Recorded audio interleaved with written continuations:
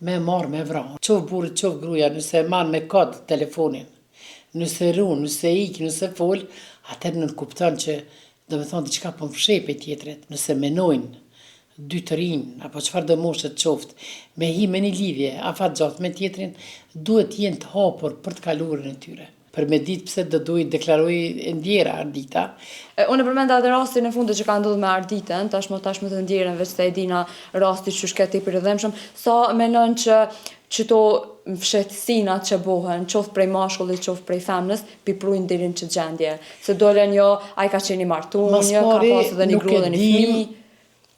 Çka ka ndodhur aty, për shkak se nuk kem ndonjë prononcim do me thonën ashtu nga prokuria apo nga policia që me di çka ka ndodhur, kem këtë prejudikime të gazetarisë, madje unë kesh edhe të familjarëve që po zgjedhin me kesh edhe me një emision Kosova Today, ku Vullneti foli mjaft hapur për opsionet, që doja i të ndjerit e atij djalit, edhe unë shumë u rezervova për arsye se jam një profesionist edhe nuk mund të flas me tashët tona, ne du të flasim me fakte, po pa marrë parasysh fakti që Ardita e ka vrarë, aq ma tepër ishin momentet e rënda kur derisa mbaj emisioni atje mbaj varrimi.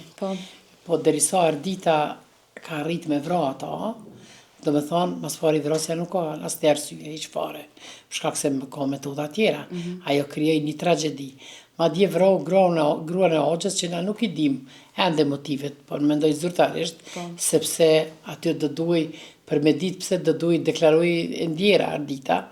Tash me vetë faktin që edhe ajo vdiq nga plagët e tentimeve të vrasjes, do me thonë realisht aty më nuk ka procedurë penale, edhe mbetet vetëm në ato më thet thash. E çka ndodh me çfarë parasysh, nuk e di, po pa marrë parasysh, tash nuk e di cila ka qenë gjendja emocionale, psiqike të ndjerës, për cilën shumë ndjeva dhimbje, kishte qenë e re e bukur dhe imagjino familjave si ndihen tash. Mirë, po pa marrë parasysh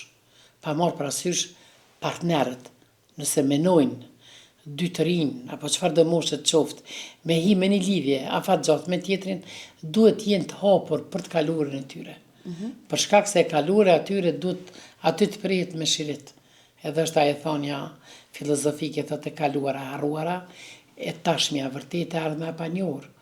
Prandaj nuk ka arsye, pavarësisht a ka qenë i martuar, as ka qenë i martuar, me marrë me vra. Unë kështu mendoj.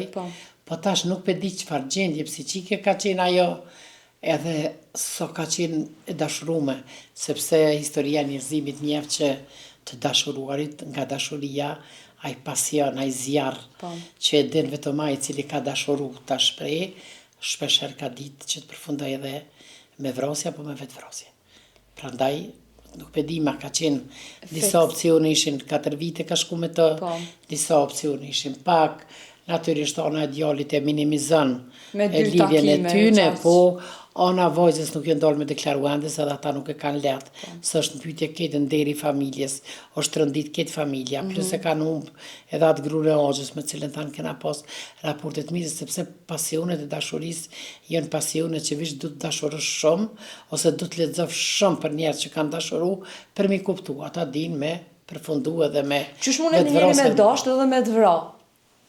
Ku shkruan kjo? Ku frigohet që po të humbë edhe të vrat. Prandaj duhet të jemi, do me thonë, duhet të jeni, se unë kam kryer misionin tem, duhet të jeni të hapura. Mirë po, edhe në martesë duhet të jetë partneri me partnerin i hapur. Nuk ka lojë martesë, nuk ka sport martesa. Kur të ish martesë ke me kenë e koncentruar në partnerin, qoftë burri, qoftë gruaja, 100%. Nuk ka lojë ama.